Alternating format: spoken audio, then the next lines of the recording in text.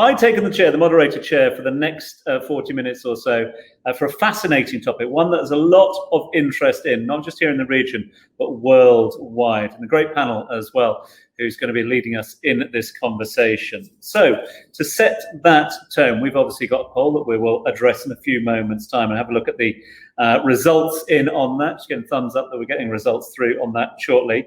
If you've got any comments, then feel free to leave them on the panel, the big marker panel there. But after opening up its borders to international tourism with a huge amount of fanfare as part of Vision 2030, KSA has been forced, I think, to concentrate on domestic tourism, certainly for much of this year. So we would like to find out more about how that's been, but also what is next. That's why we brought together some of the leaders from across the region to discuss that. It's an absolute pleasure to be joined by the VP of Operations for the Kingdom of Saudi Arabia, the Levant region, Egypt and North Africa for Hilton Group.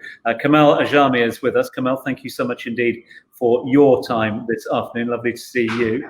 Thanks also to Christopher Lund, the Head of Hotels for Colliers International. Chris, great to have you join us for this conversation this afternoon. We're going to be joined a little later on, fingers crossed, by Laurent Wavenet.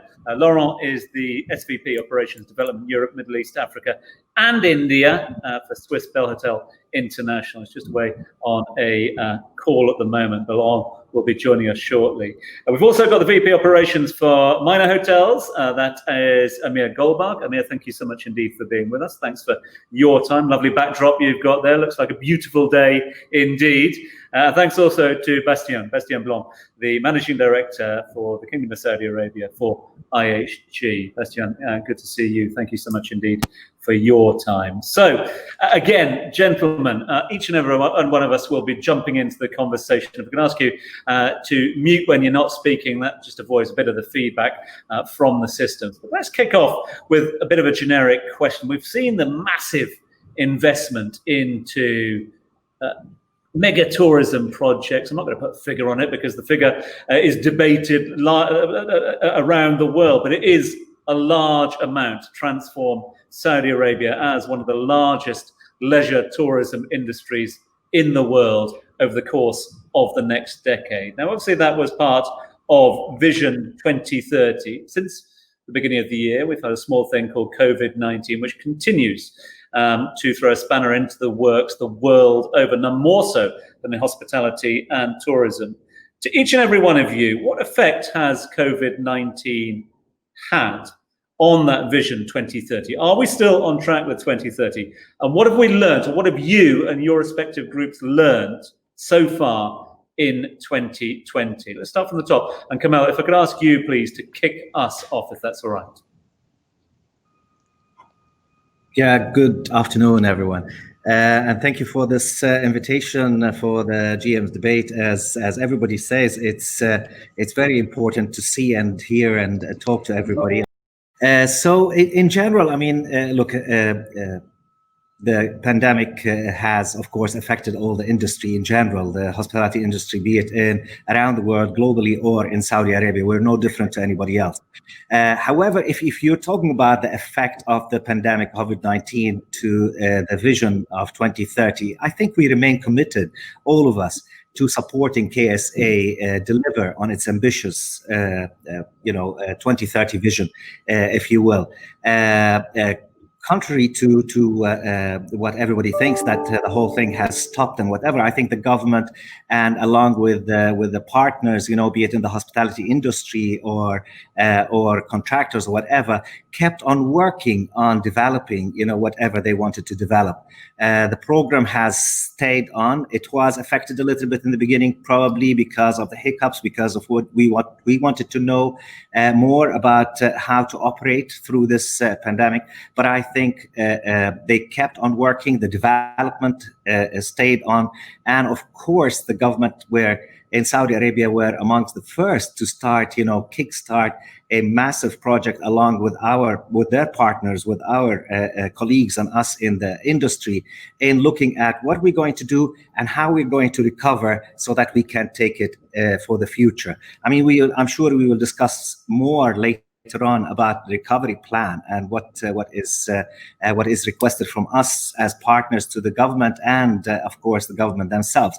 But I think the plan is still going on, and the infrastructure is being built, and the 2030 is getting ready. The program is getting ready for the 2030.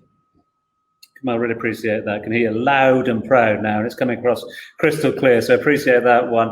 Laurent, great of you to thank you so much indeed for tuning in for us. So Laurent has joined us now. We'll put the same question to he in just a few moments' time. Chris, over to you though, if we can again, from a Hoteliers International point of view. How do you read the Vision 2030 at the moment? Obviously, a lot of talk leading up to 2020. Has it been knocked off course by 2020 at all, Chris? No, I think, starting with the effects of COVID-19, like anywhere in the world, Saudi Arabia has not been immune and the hotels have not been immune. I think that is obvious. But looking at the Vision 2030, we haven't seen any impact directly on the Vision 2030. And I think it's important to, take a step back and look at the Vision 2030, which is a vision. So it is the big picture and with certain specific targets of where we want to be. Then what's important and what is changing throughout the years is how do we achieve those objectives? What changes with the economy, with the opportunities that come up, etc. And we definitely see that, actively progressing in Saudi Arabia at the moment. Just, recently they announced a $4 billion tourism development fund that would help, tourism investments in the country. And that's in addition to obviously all the big projects which are still progressing with infrastructure developments, and so forth. I think, coming back to the question on the poll, it was what is going to drive the tourism for Saudi Arabia in the years ahead? Is it religious tourism? Is it the giga projects? Or is it the natural wonders? I would answer actually D, it's all of the above. Because I think it's not about one or the other, but it's about creating a destination that has a varied amount of attractions, whether you come as a primary purpose for religious tourism or primary purpose for the giga projects, there's a lot of other things to do. And I think all that is still being developed at the moment. Appreciate that one, Chris. And just interesting on that poll, because results just coming through. I mean, obviously they're being updated throughout, but I mean, what you've just said there has been reiterated in the figures that I've just been handed here. So driving tourism and KSA, as we mentioned, we gave you three options: religious tourism, giga projects, natural wonders. As things stand, natural wonders 30%, giga projects 32%, religious tourism 38%. So all much of a muchness in terms of it. But if there is one that is above the other, it is religious tourism. So same question, if I can, to Lauren. Lauren, I appreciate that you were a little late to join, so you might not have heard the question. But the question that we're asking all of our panelists here is the effect that COVID-19 has had so far in 2020. How much of an impact has that had for you and your group, but also for the Vision 2030? How do you read it, Laurent? Okay, first of all, sorry for being late. I had a few technical issues, and this is what happened when you work from home and suddenly you go back to the office and you realize that things doesn't work the same way.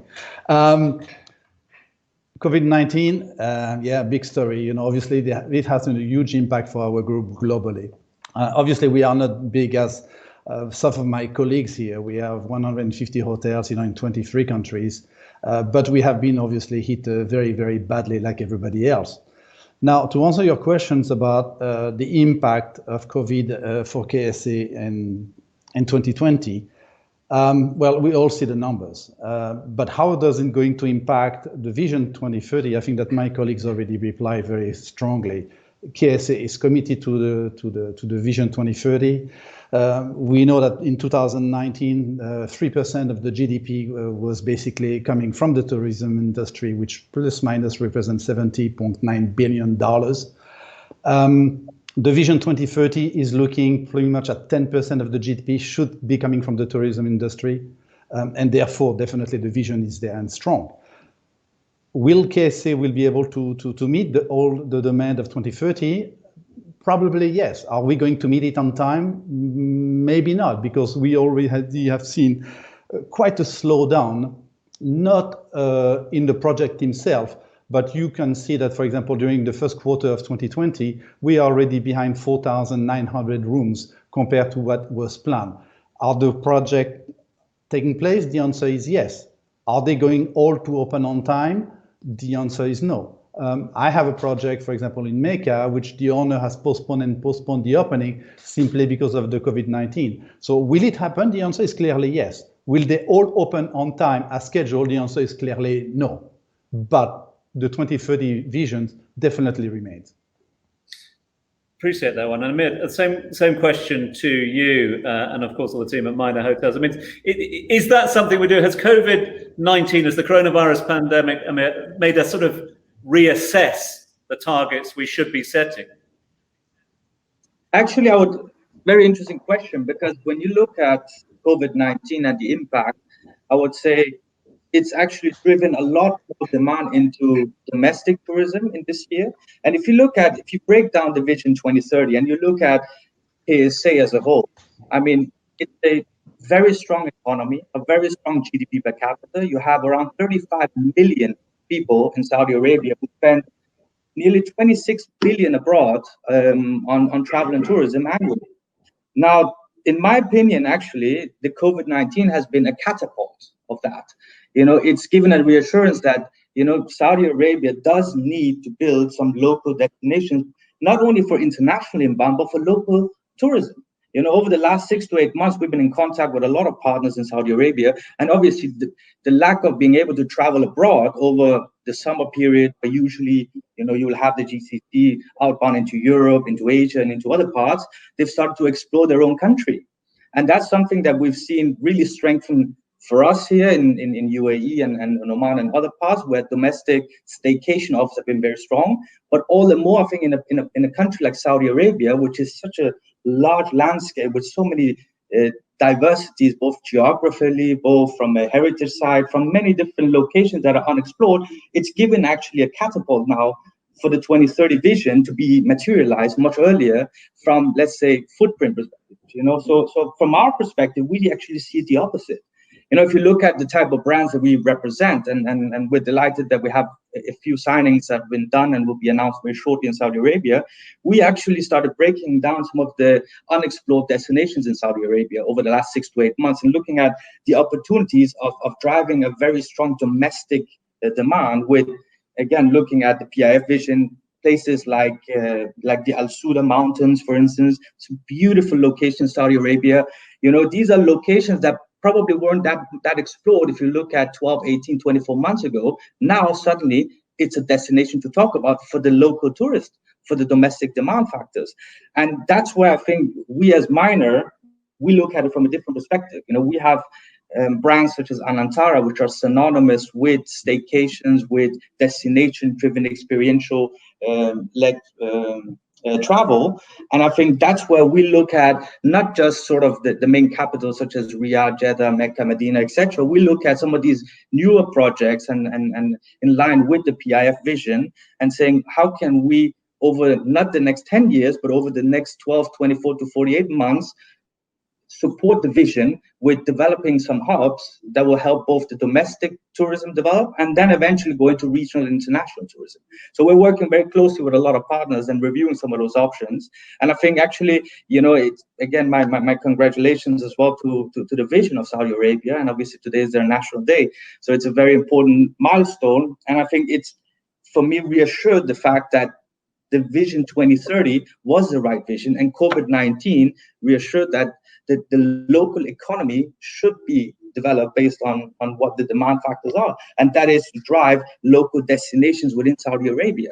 And we're definitely working towards that. And I think there's a huge demand locally, and that's where we see that moving towards over the next, not 10 years, 24 months or so.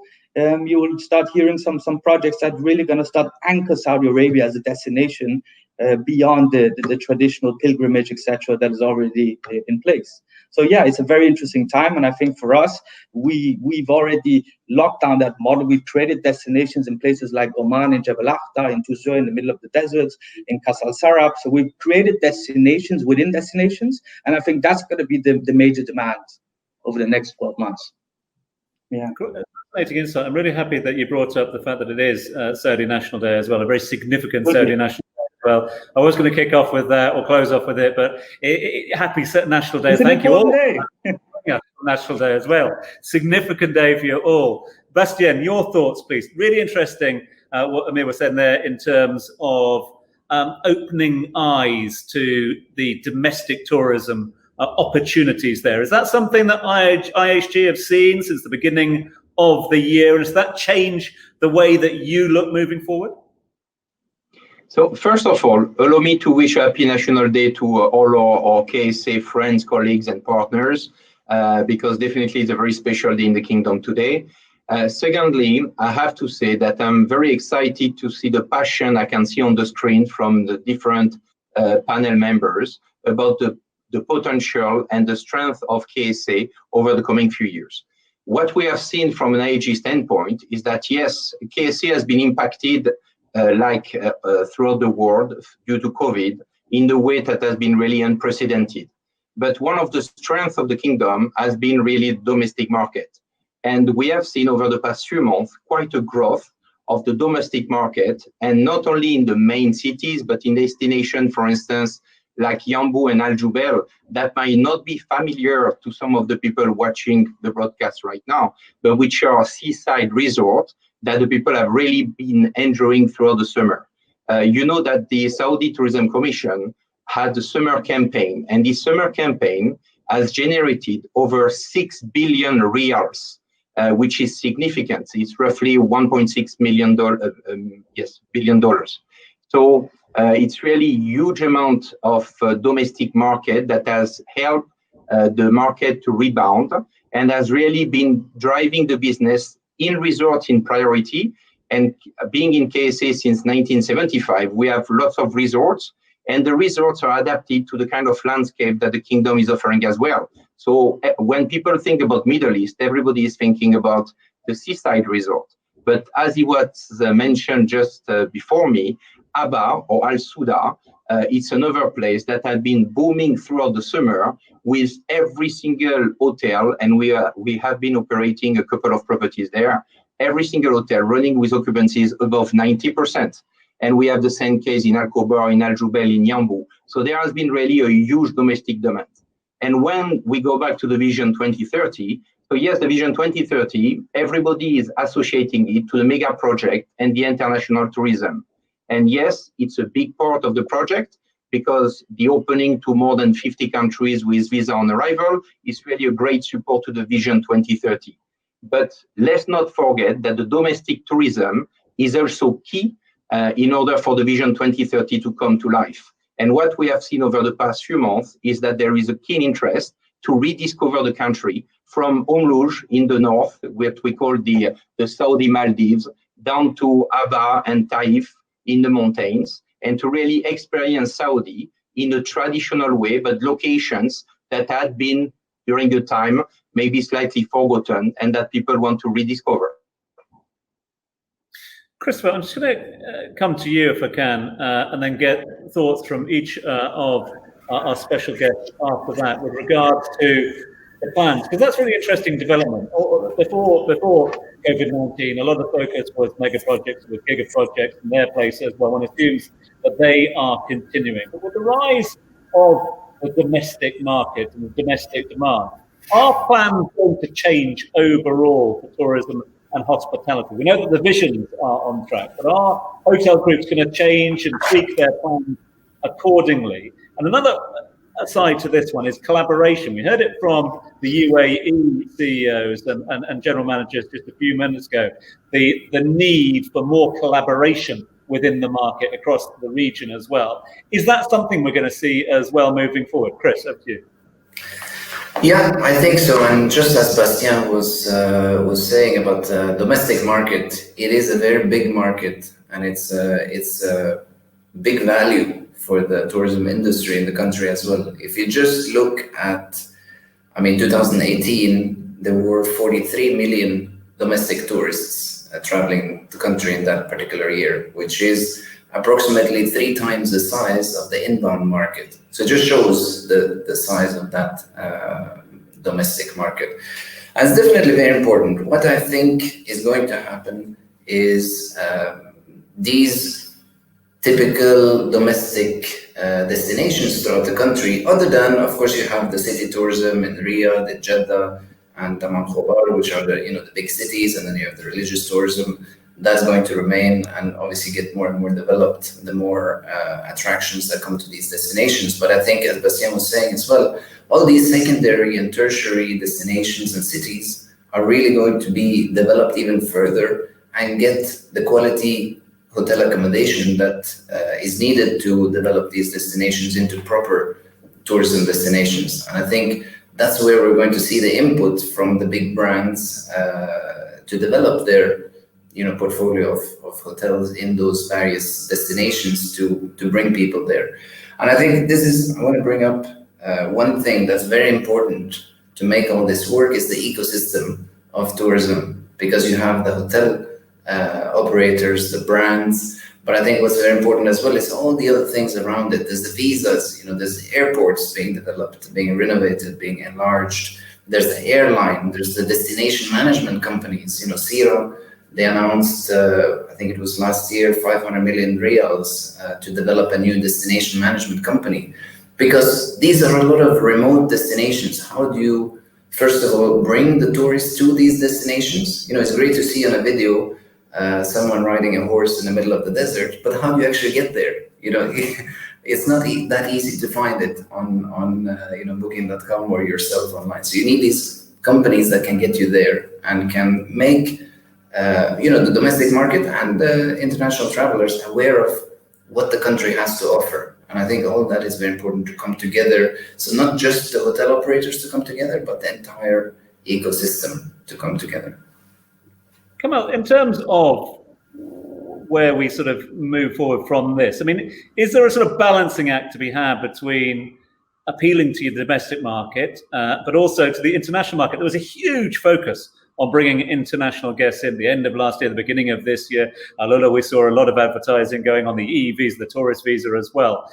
Is that obviously going to continue? Does the tourism market need international guests to come in? And if so, is there a time frame on that? Yes, I mean, just to continue from whatever my colleagues were saying, of course, you need the international market as well as the domestic market. Yes, we have seen a huge change of trend in Saudi Arabia. The domestic market, because of lack of travel, started traveling and started exploring new areas in Saudi Arabia. And the Ministry of Tourism and other ministries and authorities worked hard on as well targeting this market and marketing the areas that they have to the domestic market, to the local leisure, if you will. Now, not all these areas are ready and prepared now. So they are doing these trips and they're creating journeys. The good thing is that, and just to add to the collaboration and communication between everybody, we have all hoteliers, we have been invited to panels, workshops, discuss these things with the Ministry of Tourism and other entities in the government of how to create a journey. And a journey is not only about, as Christopher just said, not about only hotels. It's the travel agents, training the travel agents, training and developing the team members that want to as well work in this industry, and other businesses, which is other restaurants, shops, transportation, the whole thing. So yes, the dependence on the domestic market is great and is good, but you need, with these areas and the massive investment that you have in a country like Saudi Arabia, you need as well the international market, and you need to promote this country, which is, to me, I think this is an old new country, an area that is unspoiled, undiscovered, and there are only a few, probably none nowadays in the world where, areas that you can discover. So yes, you need the international market. Now, all of us hoteliers, DMCs and whatever are working on a program like a journey, and to add to it is to add the spiritual aspect of it. So it is like a spiritual journey. So the visa now to come and do Umrah is not going to be only Umrah. It's going to be part Umrah, part tourism as well, discovering the country, seeing the culture of all these areas, and going to remote areas as well where the government is spending money. We've been working with the government on a lot of things, including the brand standards as well. Now with COVID-19, everything is changing. You need to put a brand standard specification for hotels as well that is a little bit different than what it used to be. Training of people, developing the local community as well, and developing team members, Saudi team members, to become the leaders and to be involved in these things. So yes, I think, just to conclude to your question, yes, you need the international tourism. There is hunger for people to come to Saudi Arabia, discover these things, the cultural sites as much as well other sea, sand, spiritual areas.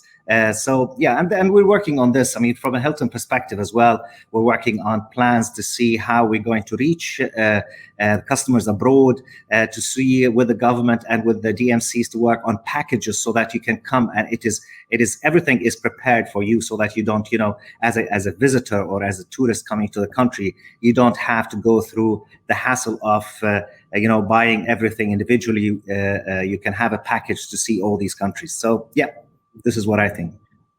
It's a really interesting point. And Lauren, I just want to bring you in. Lauren, you get some very positive comments as well from all of our viewers at the moment. A lot of nice comments coming through for all of our panelists, so keep them coming through. But Lauren, just given the fact that you represent a European brand in Kingdom of Saudi Arabia and further afield as well, a huge amount of marketing money had been put in by Saudi Arabia, by Tourism Saudi and other entities leading up to COVID. Has that been knocked off track by COVID? Are you confident that interest from a European clientele to visit the Kingdom of Saudi Arabia will bounce back quickly?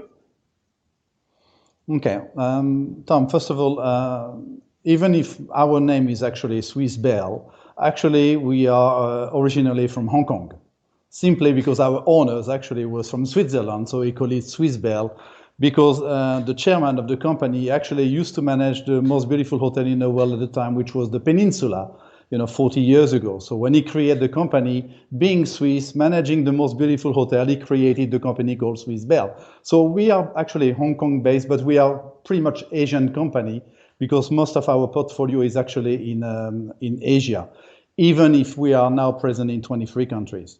Now, nevertheless, we also have hotels in Switzerland. So, somewhere, somehow, you're right, Paul, we are safe.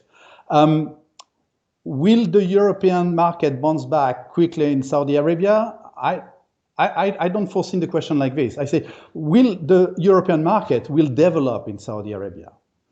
What I'm trying to say now is that the tourism, like my colleagues explained, like Kamal or Christopher, the tourism, external tourism in Saudi Arabia was extremely limited, very, very, very limited. Saudi Arabia, for the people who know Saudi Arabia, and obviously my colleagues knows over there, it's absolutely a gorgeous country. It's absolutely stunning. You have everything that you want in these destinations, from mountainside, from ski, some water, the best snorkeling and diving in the world. It's absolutely a gorgeous country. You go to Taif over there and you're in a different world. So, but it's totally undiscovered. The fact that now Saudi Arabia is opening their border, will it bring the tourism? The answer is yes.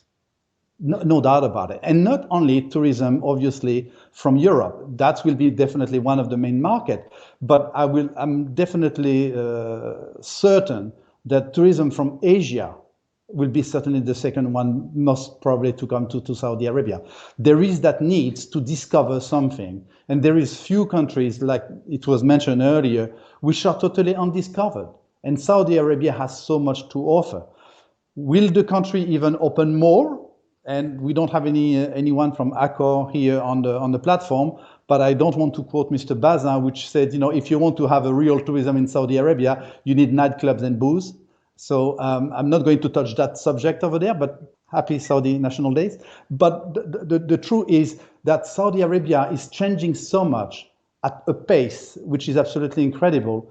And yes, compared to other countries of the GCC, where basically we are all operating, Saudi Arabia has a huge internal market. 32 million people, that's not small. If you compare Saudi Arabia to all the other GCCs, it's there. We have hotels in Bahrain, and we are struggling like hell in Bahrain simply because the internal market is extremely limited. So some of the resort hotels are doing business, but the city hotels are dead. I put banners of my Swiss-Belhotel Inn hotel in Muscat, in respect and to say thank you to our owners to have opened the hotel 2 weeks before we closed down the country, and the hotel is still open. So, and we know that Oman has absolutely great potential and great also scenery, but with all the respect, nothing like Saudi Arabia. We have nothing like Saudi Arabia in this part of the world. So yes, tourism will grow definitely. Interest from European market, no doubt about it, Paul, but no doubt also about that basically the Asian market will be very strong. And I'm not talking only about, obviously, religion tourism. I'm just discovering a country which had been locked for so long. Yeah, no, you're quite right. I mean, an interesting one for me, and we sit here in Dubai, and I mean, maybe kind of bring you in on this one, because we've spoken about domestic tourism, we've spoken about international tourism. What about regional tourism as well? The relationships between the UAE, the rest of the GCC, and Saudi Arabia have long been defined for many, many decades. And we've seen that related in tourism time and time again. The dependence of the UAE market on Saudi tourists in recent years has been huge. Are we going to see a sort of crossover there? Is that something that you predict in the years to come once the borders start to reopen? Absolutely. I think it's a very interesting one, because I think if we define the word tourism, I think if we take the travel trade as a whole in Saudi Arabia, you have one part which is obviously tourism, which of course is going to be more bilateral now. And whilst everything has been more outbound from Saudi Arabia, the demand is now going to be a little bit more balanced over the next coming years, where you're going to see a little bit more of a movement between the region. But I think another element which is very important is the amount of corporate travel is going to be exponentially growing as well, in line with this. Because the same infrastructure we're talking about in terms of building the tourism, we also have to look at from a corporate travel perspective as well, from the road infrastructure, from the ecosystem around, from adding additional hotels. Because as you start developing all of these new destinations, you need to be able to cater for all the consultants, contractors, all of the expertise that is going to be flowing back into the nation. So, and a lot of that comes regionally as well within this part of the world, and as well from Europe. So we obviously, when we look at from a strategic development perspective into Saudi Arabia, we sort of proportion both in terms of all these beautiful destinations and mega projects that are happening, but we also look at the journey ahead between now and 10 years from now to reach the 2030 vision. There's going to be a lot of corporate demand that's going to be going in. And I think that's where the immediate opportunity lies, is to really start building around an infrastructure with some strong hotels, strong brand presence. We have, obviously, we did an acquisition with the NH Hotel Group a year and a half back, and that's part of the brands as well we want to bring into Saudi Arabia, because it's very strong in European corporate. And we already see a lot of demand in Europe for a lot of companies to go into Saudi Arabia. And what do they need? They need some kind of a brand presence. They need the hotels to be present. They need the infrastructure. And obviously, it helps now to start building with a bridge of corporate, and then the travel trade will then evolve into more tourism as well. So I think there are numerous aspects that we need to look at when we look at the 2030 vision. And it all starts, I think, sort of as a foundation. It starts with who are the ones who are actually going to support developing that vision. And that's where a lot of the regional companies that are based out of UAE in particular, Bahrain as well, and Europe and Asia, they're going to be the ones that are going to be supporting the vision, and they're going to need lodging, they're going to need the facilities and services to be able to thrive in Saudi Arabia over the next coming years. And in conjunction with that, we will then start seeing the tourism factors grow as well. So there's numerous aspects involved, and I think for us, we definitely see the regional demand into Saudi Arabia grow as well over the coming months and years, and that's definitely the space that we're following. And also, there's been the announcement recently of the World Tourism Organization, right, that they would set up an office in Riyadh. great news as well. So that means, and they're going to represent the GCC and the region out of Saudi Arabia. So that's an important statement, and that shows as well the vision from the World Tourism Organization and Saudi Arabia's commitment to not only develop Saudi Arabia, but as well regionally looking at a hub of tourism on a global scale. So there's a lot of elements there that I think we can take from. Yeah, you mentioned a lot of those elements. There are a lot of plates spinning at the moment. And Bastien, to come to you, I mean, I think we've spun many of those plates, but one we haven't really addressed is a lot of the other investment that's gone into the infrastructure for large-scale or world-class sporting events and the sports tourism that come into that, the leisure tourism with the investment in the leisure industry, but also the MICE industry as well, which we've seen obliterated the world over in recent months. Again, are these things that you are confident can bounce back given the new norms that we live in at the moment? And just on the point that Amir was making there, Bastien, about corporate travel, about business travel, I mean, is that going to come back anytime soon? So, first of all, the novelty of the destination is extremely strong. And we know that the destination is going to attract travelers and get them really excited about the destination all over the world. So definitely there is a huge potential from that point of view. When we are talking about the infrastructure, it's true that the infrastructure still requires some further investment. It's a Vision 2030, we're in 2020. So this involvement or investment will really come from the government to get the destination we have mentioned before, which are right now much more discreet, much more domestic, to a much more international level. So there is an opportunity. We have a very positive outlook on this, and that's why we have opened an office in Riyadh. I'm talking to you from Riyadh right now, and let's say you can't call me the first 7-month tourist in the kingdom, as I moved exactly on the 1st of March. And I can tell you that there is not one day when there is not an activity that you can do in the kingdom. Christopher was saying that it's sometimes difficult to get to some of the places. I invite him next time he passes by Riyadh to join me. I will take him to the edge of the world, which is a fabulous point to overview the city of Riyadh at night. So side to the joke to the side, sorry, Christopher, it's a beautiful place to visit. When we go back to the different other segments that you have, yes, it's difficult. And over the coming few months, lots of adaptation will have to take place. I think that if you look at the different segments you mentioned, the creative thinking that has been necessary to go through the crisis will help us to come up with some new solutions. You talk about, first of all, the corporate. What are they looking for? They are looking for a place which is safe, which is clean. So we have reinforced all the cleanliness standards throughout the hotels through the IAG Clean Way. And this has been done in partnership with some of our partners, such as Liberty, for instance, or Ecolab. And we have done as well a full comparison of our previous standards compared to the new one with the Cleveland Clinic. So you reinforce this aspect. And we see that when we start receiving the RFPs, the request for proposal from some of the corporate accounts for 2021, we see that this point about the cleanliness is really high on the range of questions that they are asking. So there is a possibility to bring back corporate within a safe environment. There is a possibility as well to bring a different kind of conferences. Right now, when we think about conferences, we still have in mind those large conferences with 100, 200, 500,000 attendees. Because of the situation right now, that might be postponed to a bit later. But working on the use of technology, there are ways to propose some solutions to the clients, which are giving partly a virtual meeting, partly a face-to-face meeting, respecting the social distancing. And this, I believe, will be the future for the coming few months. Like, for instance, as well, the contactless solution that we're offering to the clients. It can be used to do the check-in, to do the checkout, to register to your meeting, to be able to join some of the virtual panels, for instance, as well. So there are solutions around that can be used to maintain those segments within our hotels.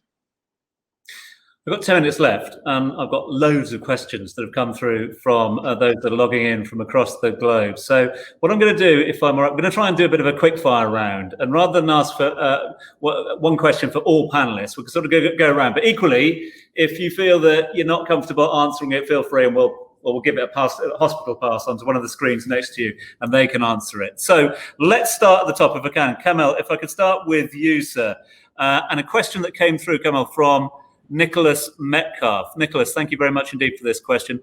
Kamel, Nicholas asks, if you had to pick one key single initiative coming from the Saudi Arabian government, the PIF or otherwise, that would assist the development of tourism in the kingdom moving forward, Kamel, what would it be? Very good question, actually, because there are so many initiatives that the government and PIF worked on, to tell you the truth. But the first thing they did is actually to have an assurance for investors in the market. And that was a major thing, because the first thing that happened to investors is to try and, as Laurent said, delay their projects and just to look at the future, what's going to happen. They have actually put a concrete platform to investors, saying that we will support you. There is a budget now. There is a fund for investors to work on, and just to assure them. I mean, we feel extremely confident of the market, and this is why, for example, from dealing with investors and owners of hotels that we deal with, we have so many hotels coming up very soon. In the coming year, for example, we have 5 openings. In the coming 3 to 5 years, we have more openings coming up, which means that there is a trust from the investor with the government and PIF. There are so many initiatives, to tell you the truth, but I don't want to keep on talking about it. The Ministry of Tourism, looking at what's happening, looking at the markets in general, between the religious market, the corporate market, and combining it all together, and making sure that we are not competing with other countries, specifically countries around us, but being on the same platform. Christopher, you're next on the list as well. So going down to the next question that's come through as well. Christopher, question for you. It's a nice, easy one. From Josh Corder, asked Chris, do the panelists, or Christopher for this moment, believe the KSA travel and tourism market can ever surpass that of the UAE? And if so, what do they need to do? So first answer is, in terms of number of tourists, with the domestic market, the Saudi tourism market is already larger than the UAE market, which is a given. It's a much bigger country, which is a much bigger population. The second part of that question, in terms of competing, I don't think they aim to compete directly. Of course, every destination will have certain similarities. Look at Paris versus London, all these Rome versus Athens. A lot of cities you can see similarities, but some people, you want to go to Athens, you want to also go to Rome. So I think it's important to see how these destinations complement each other, and how we can create a destination that is Middle East. How, for example, Chinese tourists go to Europe to see several cities. That would be the same potential for the Middle East. They come to the Middle East to see several cities, several destinations. Let's move on to the next one that's come through from Laurent. For Laurent. Well, it's for the panel, but it's for you, Laurent, here on this occasion. And it comes down to a question from Otto, who got in touch with us. Otto Kersendorfer says, does the panel, or for this purpose, Laurent, want to share any estimates, any predictions for borders opening without quarantine requirements? Have you been given any insight into that at the moment? Yeah, actually, I look at my crystal ball and I call Harry Potter, and he said, no bloody clue. Now, Tom, more seriously, I think, Otto, I wish I will be able to answer that. And if someone have an answer here on that panel, feel free. At the moment, we are all in budget 2021. We are all making our assumptions over there, and we are all struggling basically to know exactly what will happen. Kuwait was supposed to move on stage 5 over there and decided basically to stay on stage 4 because it's not stable. Saudi Arabia was supposed to open some of the border, including the crossway, in September, and then it's October, and now obviously they are going to limit the crossway access to special medical things to people over there by the end of the year. Nothing now is it's coming. Nothing is clear. You go to Muscat, it's exactly the same thing. We are in a situation today, and I think it's extremely complicated for all our team on site, is we have extremely limited visibility on what is going to happen even in next month. That's make pretty much our life a little bit miserable, and I don't want to be in the shoes of my director of revenue management, because I can tell you, you can present a budget from one day to another with 20 or 30% more occupancy and double your average rate just because something happened. At the moment, no auto. I don't have any idea. And if one of my colleagues here have better information than I do, please share it, because I will immediately impact my budget 2021 on the first quarter. I think your crystal ball seems to be pretty informed, that's for sure. If anyone else wants to jump in on that, then feel free to do so. Otherwise, we can move on to the next question. And no one else wants to jump in on that one, funnily enough, Laurent. So let's go to the next question. This one's from Joanne Barber, who has sent us this question. It's interesting. I'm going to put it to you, if I may, Amir, because you were talking a little bit earlier on about domestic tourism so eloquently. This one sort of leads into that, about the development of the industry. What about locally sourced supply chains to help build upon authentic tourism? Is that, we've seen a lot about, sort of international companies come in and international talent, etc. Is that something that companies such as yours and others are doing or will do more of, do you think?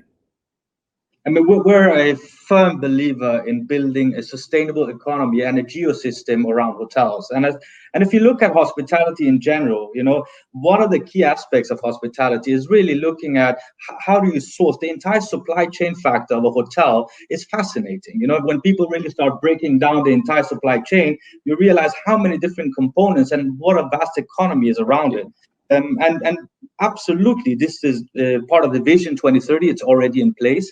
They want to start sourcing locally. They have the diversity from a geographical and perspective to do so, be it from a farming perspective, be it from locally supplying, produce from Saudi Arabia. We are already having a number of exports coming in here from Saudi Arabia. And I think it is definitely going to grow. And this is something that we firmly believe in. Our company is a firm believer in sustainability, and part of our CSR growth has been not only to develop within our properties, hydroponic gardens and nurseries, etc., but it's looking much larger than that and looking how can we support the local community in Saudi Arabia.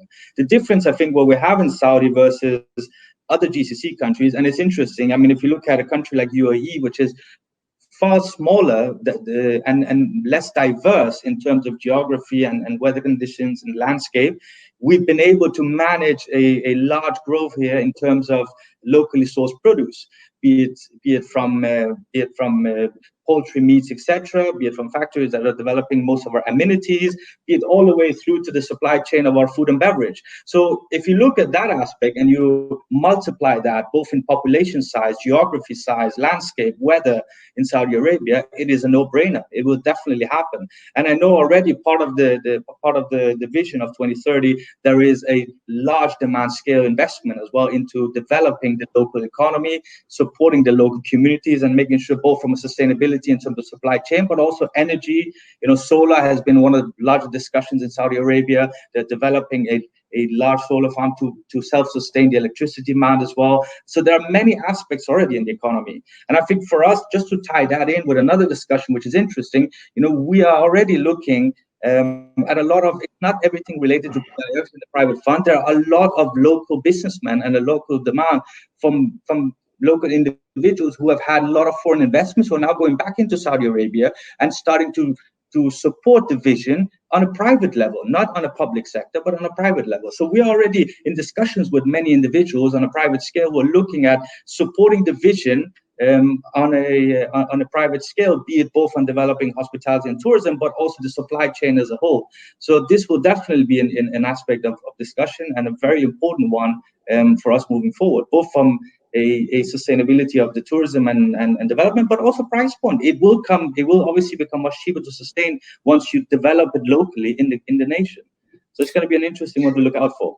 Isn't it just? Yeah, just time for one more. Imshal, really appreciate your technology question, but came in just after the curfew time. So Philip Willer's got the last one, and I'm going to put it to you, Bastien. You might want Laurent to pass his crystal ball up to you in the screens at the moment, because this one is about the G20. So much interest with regards to G20, not just in the Kingdom of Saudi Arabia, globally as well. Again, from what you are seeing at the moment with G20 on the horizon, how much of an impact is that going to have on travel and tourism and on hospitality? And could it be something of a Kickstarter for the travel industry in the region moving forward? Definitely a Kickstarter when you're looking at how it's going to present the country and give the opportunity for the kingdom to be visible internationally. When you're asking how it's going right now, actually there is lots of interest from different delegations and even from the G20 organization that we're working very closely with to still organize the event. So yes, the format is slightly different than what it used to be. Instead of a large conference with people right next to each other, there will be a bit of a mix, like I described previously, between virtual and face-to-face meetings, with delegation that will be slightly smaller than what was originally anticipated. But definitely the will is there to make it happen. The interest to make it happen in Saudi remains strong. And when I talk to the different delegations from the different countries, they are showing a keen interest to be part of this launch of the KSA as a key element of the international tourism. And that's what the G20 is there as well. Yes, to take some decision internationally, but also to be able to demonstrate what KSA can offer as a new kingdom as part of the tourism economy in the world. Gentlemen, I can't thank you enough for your time this afternoon, taking time out of the celebrations over there in the Kingdom of Saudi Arabia. Happy Saudi National Day to you and each and every one of your teams. Thanks so much indeed to all those that sent through their questions. Apologies for those questions we didn't get to. We will, of course, try and get you answers for those. But thanks for joining us on the virtual GM debate. I'll let you get back to continuation of those celebrations for National Day. But for now, to Kamal, to Christopher, to Amir and Bastien, thank you so much indeed for joining us. Thank you for your time.